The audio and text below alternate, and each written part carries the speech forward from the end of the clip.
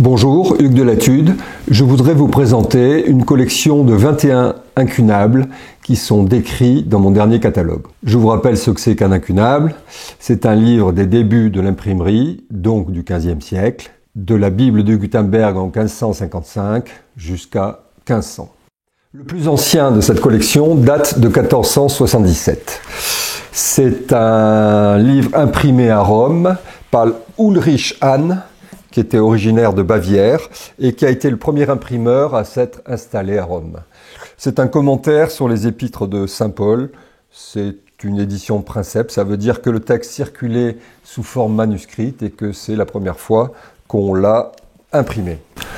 Toujours de 1477, nous avons ici un livre imprimé à Lyon.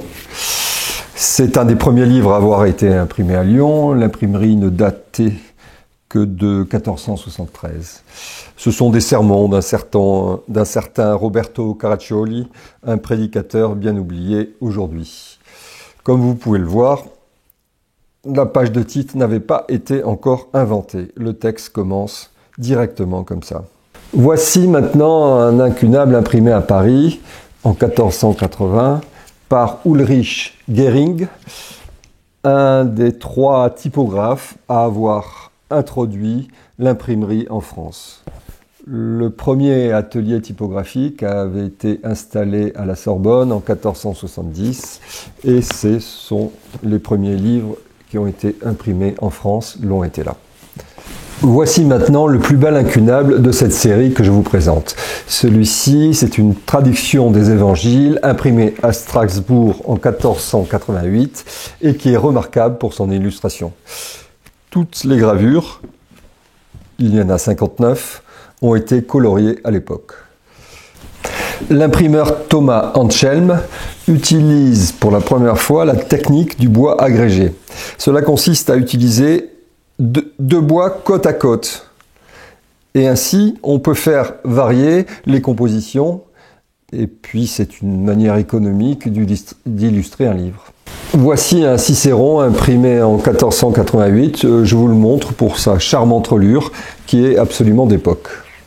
Ceci est la chronique de Rolvink, une chronique des faits dignes de mémoire depuis la création jusqu'en l'an 1484. Cette édition, elle, date de 1490. Elle a été imprimée à Strasbourg et il y a de très nombreux bois gravés, comme vous pouvez le voir à l'intérieur. Un texte profane encore, les comédies de Terence, imprimées à Lyon en 1493.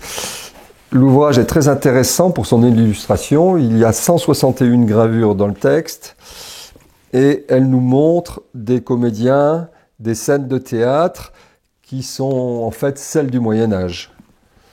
L'exemplaire a appartenu à Firmin Didot, typographe et bibliophile. Je vais vous montrer maintenant un incunable de droit, une matière sur laquelle on a beaucoup publié au XVe siècle. Il s'agit des Décrétales de Gratien, une édition de Venise de 1480. Je vais vous faire remarquer, comme on l'en a vu précédemment aussi, des initiales sont peintes.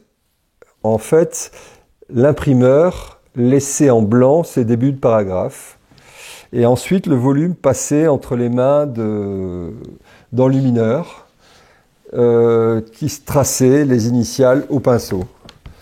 Un très bel incunable, imprimé celui-ci en noir et rouge. C'est un pontifical, c'est-à-dire les cérémonies que doivent conduire les évêques. Et ce qu'il y a de très amusant sur la première page, c'est de voir le portrait du pape Alexandre VI, qui était un Borgia. Et comme tous les Borgia, son comportement n'a pas été exemplaire. Il a eu au moins 6 enfants, dont Lucretia Borgia. Voilà un Hortus Sanitatis, un jardin de santé. C'est une édition de 1497 à Strasbourg. C'est une encyclopédie médiévale de la nature.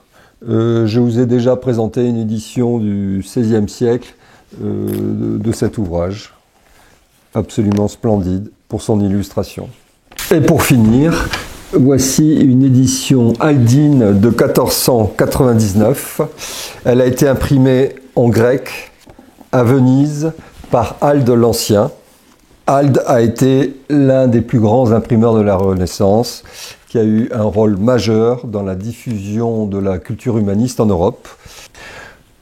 Pour plus de détails sur tous ces incunables et d'autres encore, je vous invite à télécharger mon catalogue numéro 57 sur le site www.latude.net.